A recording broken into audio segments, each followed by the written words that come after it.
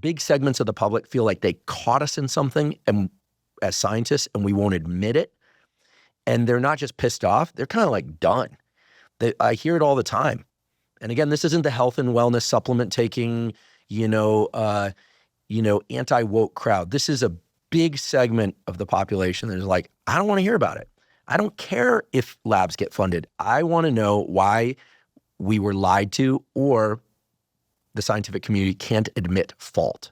I just want to land that message for them because in part I'm here for them and get your thoughts on what you think about. Let's start with lockdowns, masks, and vaccines, just to keep it easy. And what do you think the scientific community needs to say in light of those to restore trust? So first, let me just say, I don't think I'm the NIH director unless that were true. Unless what you said is true, otherwise I'm not the NIH director. So I was a very vocal advocate against the lockdowns, against the mask mandates, against the vaccine mandates, and against the sort of anti-scientific bent of public health throughout the pandemic. I've also argued that the scientific institutions of this country should come clean about our involvement in very dangerous research that potentially caused the pandemic. The so-called lab leak hypothesis. Yeah. Right. So let's just stay focused on lockdowns and I want to make the scientific case that they were a tremendous mistake, and that was known at the time they were a tremendous mistake. And let me just focus on one aspect of it. We'll get broadened out to other lockdowns, just the school closures. Right. So what the public at large now sees is that American kids, especially minority kids, are 2 years or more behind in their schooling. We decided during the pandemic that children ought to learn to read as 5-year-olds or 6-year-olds remotely in Zoom. We decided that in-person schooling didn't matter anymore. My kids in California were kept out of school, public school, for a year and a half. Where if they saw the inside of a classroom, it was with plexiglass, separated from their friends, eating lunch, isolated, alone, right? The message to American school kids was essentially your school doesn't matter, your future doesn't matter. American public health embraced that entirely. In Sweden, they didn't close schools for kids under 16 at all. That was not a policy of the Swedish Anders Tegnell, the head of Swedish public health, explicitly made that a priority. In the summer of 2020, the Finns and the Swedes compared their results. The Finns had closed schools in the spring of 2020, and the Swedes had not. And they found that there was no difference in health outcomes for COVID. The teachers in the schools, in the Swedish schools, actually they had no worse outcomes than other workers in the population. And on the basis of that evidence and the fact that we know that closing schools harms the future health and well-being of kids, even short interruptions in school, we knew that for a fact based on a vast literature that existed before the pandemic. Many schools around Europe opened up in the fall of 2020. The scientific evidence was abundant and clear, even by late spring 2020, that the closure of schools and kids was a tremendous mistake. And yet, when I wrote the Great Barrington Declaration with Sunetra Gupta of Oxford University and Martin Kulldorff of Harvard University in October 2020, I faced vicious attacks by the scientific community and the medical community for being unscientific about school closures. Were there threats to your job at Stanford? Yes. And like real threats or just people saying we're going to take away your job? Okay. In March of 2021, I was part of a roundtable with Governor DeSantis, a policy roundtable, where he asked me whether there was any evidence that masking children had any impact on the spread of the disease. And the answer is there's not a single randomized study that looked at kids. The U.S. was an outlier in recommending that kids as young as 2 years old get masked. In Europe, it was like 12 was the age. There were no studies.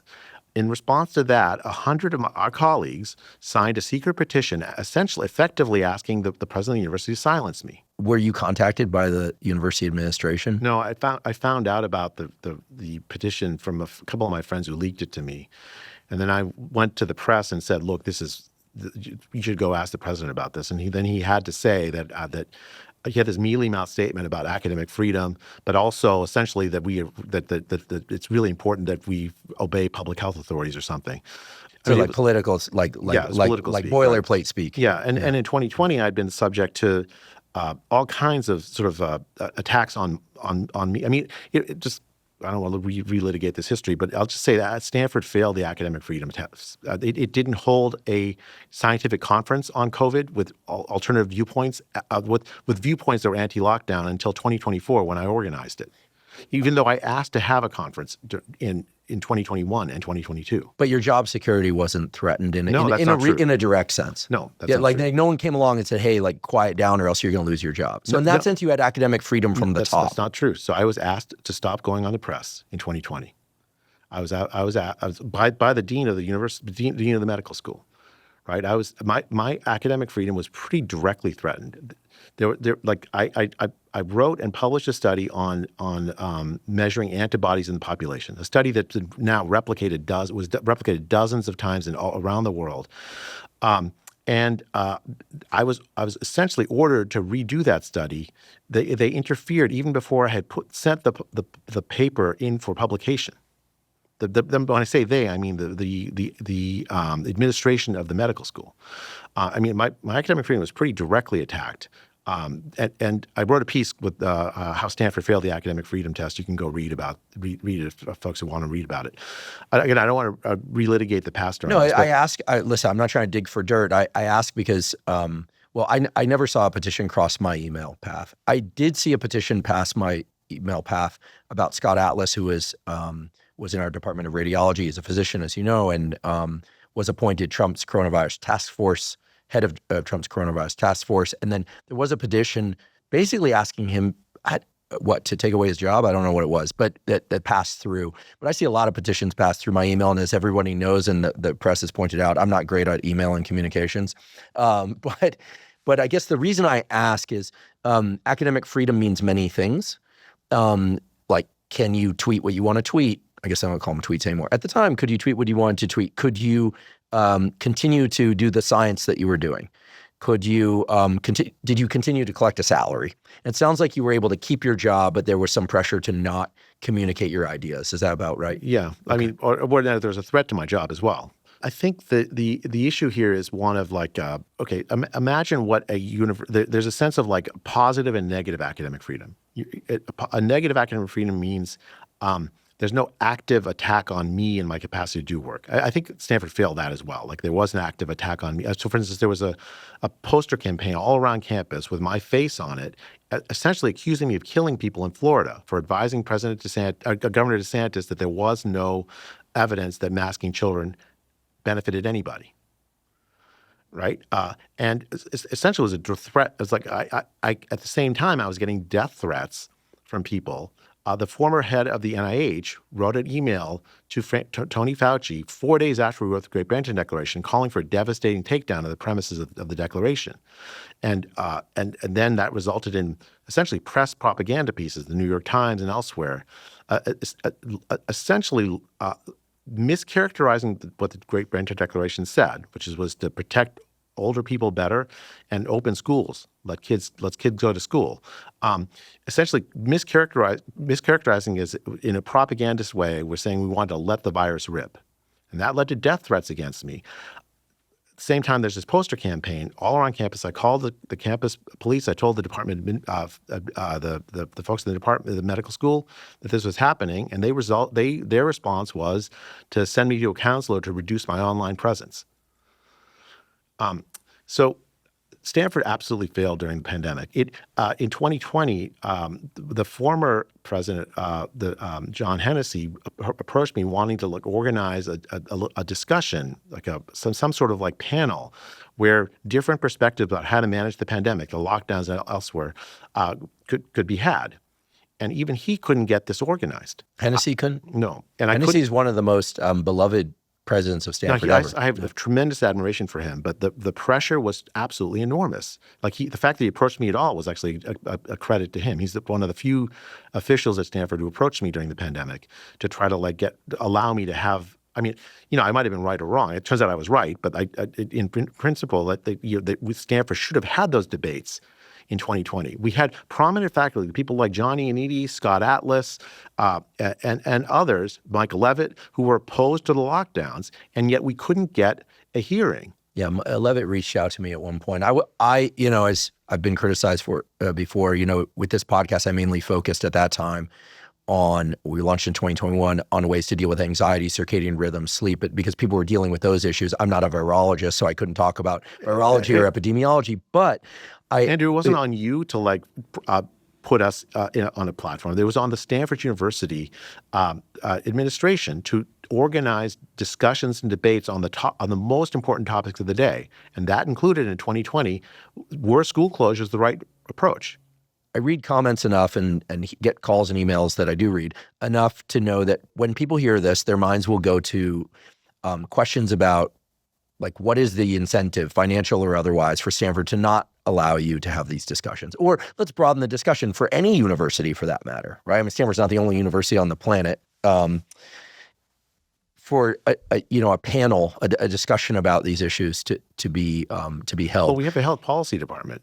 What's the purpose of it if not to empanel the most important debates about health policy of the day? So what do you think was going on? I mean, the vaccine technology was developed at multiple sites, right? I think Stanford had something to do with the development of the technology.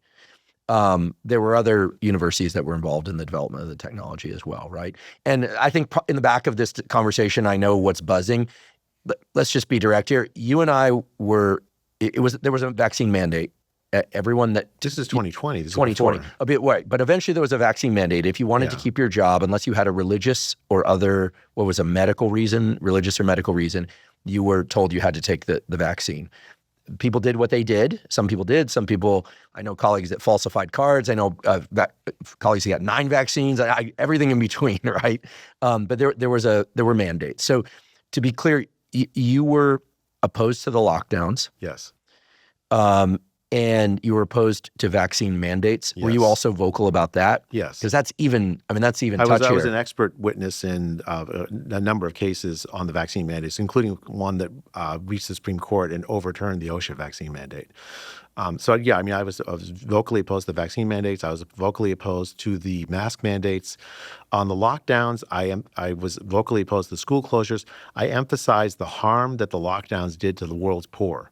Right. So in April of 2020, there was a UN report that calculated that 100 million people would be subject to starvation as a consequence of the economic dislocation caused by the lockdowns. I was opposed to that. I think the idea that the lockdowns were the right strategy. Well, they're unique in world history of having lockdowns at the scale we had. And there were no part of previous pandemic plans where such a lockdown of such a length, of such of such a scale, were no part of any previous pandemic plan or any previous pandemic management experience. And it was very clear to me, with my background in health policy, that we were going to harm the poor, we were going to harm children, and we were going to harm the working class at scale. The lockdowns were a luxury of the laptop class. And that's what I was advocating at the time. The university wasn't just Stanford, you're right, but in fact, there were almost no universities that impaneled these kinds of discussions into 2022. So what do you think happened? Do you think that there was a fear? I'm not seeding the question, leading the witness, whatever, but do you think that there was a fear among the academic and science community that if it were allowed for people to speak out or consider different aspects, positive or negative, about lockdowns or vaccine mandates, that somehow their existence would be at risk, like that this got to an issue bigger than the lockdowns and bigger than vaccines? Because I think that this whole issue was really a question of whether or not we consider scientists experts. The word expert has become a very touchy thing. Like, who gets to be called an expert? who designates which experts are really the experts? I mean, it's all, all you have to do is accuse someone of misinformation and suddenly their expert card is taken away, even if they hold a position in a given area that they've. I've been a tenured faculty member at Stanford School of Medicine for decades, right? I've been a full professor with a long scientific history of published papers in some of the top medical journals, the top like statistics journals, the health policy journals, and so on, economics journals, and that wasn't enough, right? The problem is like you have, okay. Let me just say one version of this that you can go. There are other aspects at play. For instance, I think people were genuinely scared. Scientists were genuinely scared for their own mortality, especially in the early days of the pandemic, and that clouded the way they thought about. Especially since there are a lot of older scientists. I'm not trying to pick on older, but there are a lot of them. Yeah, and older people were dying more. Correct? Yeah, I mean, that was actually the most important epidemiological fact about COVID was this very steep age gradient in the mortality profile. Young people, very low mortality risk. Older people, much higher mortality risk. What was the rate of mortality among people 70 to 85 years old, roughly? 5 to 7%, somewhere in there. Okay, so not a trivial number. No, it's huge. Like 1 in 20 to 1 in 18 or whatever, 14. And that was due directly from COVID itself, not some confounding variable. In the pandemic, right? So, okay. But I want to leave aside the personal fear, although I do think that played a tremendously important role in the thinking of scientists, especially since scientists as a class tend to be part of the laptop class, right? People who have the economic resources to shield themselves from for extended periods of time without any threat to their livelihood. That's not true for most of the world, but that's true for scientists. So let's leave that aside and let's just focus on the what I think was a core dynamic, right? So there's two ethical norms in science, and they competed with each other. In science, free speech is an absolute must. If you have an idea that's different from mine, you should be able to express it. And then we can, we can test each other's ideas out. We can maybe devise an experiment to decide between us, and whatever the experiment says, we'll say, okay, you're right and I'm wrong, and I'll buy you dinner or something, right? That's good. That's how science advances, like through this kind of this process of people talking to each other, having free speech, the ability to come up with ideas and articulate them, defend them is absolutely fundamental to the progress of science. Public health has a different ethical norm. Public health has an ethical norm of unanimity of messaging. This ethical norm has as its moral basis that the communications that public health puts out are grounded in consensus science. Right. So, for instance, if I was a former professor at Stanford, Emeritus professor at Stanford, I go out and say, and the head director of the NIH, I go out and say, smoking is good for you. Well, I've committed an ethical sin, right? I've done something really deeply wrong because the scientific basis for the idea that smoking is a terrible thing for you, it really harms your health in concrete ways, that's just like rock solid in science. So the idea that I, as a person who works in public health, shouldn't go out and say smoking is good for you, that has a good ethical basis rooted in science. Mm-hmm. The idea that closing schools is good for you, the idea that wearing a cloth mask prevents you from getting COVID, the idea that immunity after COVID recovery doesn't exist, the idea that the vaccine will protect you from getting and spreading COVID forever, none of that was rooted in science.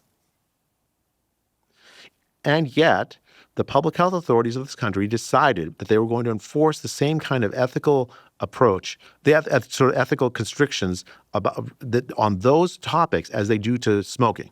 When you say none of it was rooted in science, are you saying the science was mixed or there was literally there's no literally evidence? No science. So, for instance, the idea that cloth masks prevent you from getting and spreading respiratory diseases, there were a dozen randomized trials on flu before the pandemic. And there was a Cochrane report looking at the literature on masking and influenza, and they concluded that the evidence was weak at best, that these kinds of cloth masking in population settings actually prevent anyone from the spread of influenza.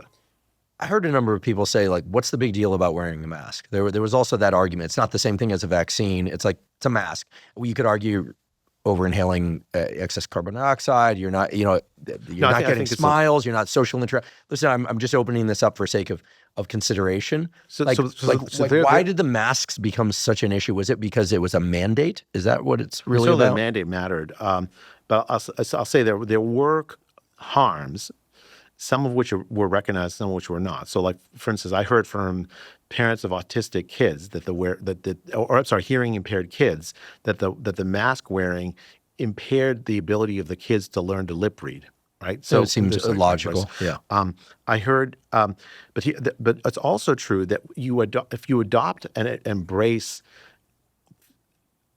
public health messaging that's self-evidently not rooted in science, you're going to undermine the public trust in science and in public health. I will say, based on these voices that I hear from a lot, that's what they're asking for. They're asking for the exact message that you're delivering now, which is, I'll say it differently. They want to hear the scientific community say, we messed up. Yeah, and we should. We should absolutely say that. Right? So, for instance, you wear a mask while you walk into the restaurant, you sit down to eat, and you take your mask off, and that protects you from getting and spreading COVID. How? Like, everyone could see that. You don't need to be a scientist to see that was obviously ridiculous public health messaging. It was a weird time. And let's just say, could this public health messaging be dangerous? Well, yeah. Imagine someone who's like 80 years old. They have a lot of chronic conditions. It's the height of the pandemic in like July 2020 or something, or June 2020. And they're told, if you wear a cloth mask, you're safe. They go out in public and take risks that they otherwise would not have taken on the idea that they're safe wearing a cloth mask, and they get COVID. The recommendation, not rooted in science, actually could end up killing people, and probably did. Right? So it's not, none of these things are just basically, well, it's low cost. I mean, it may be low cost to somebody who's like, who's not particularly, particularly bothered by mask wearing, but they can still nevertheless end up causing harm. And I think it kind of did.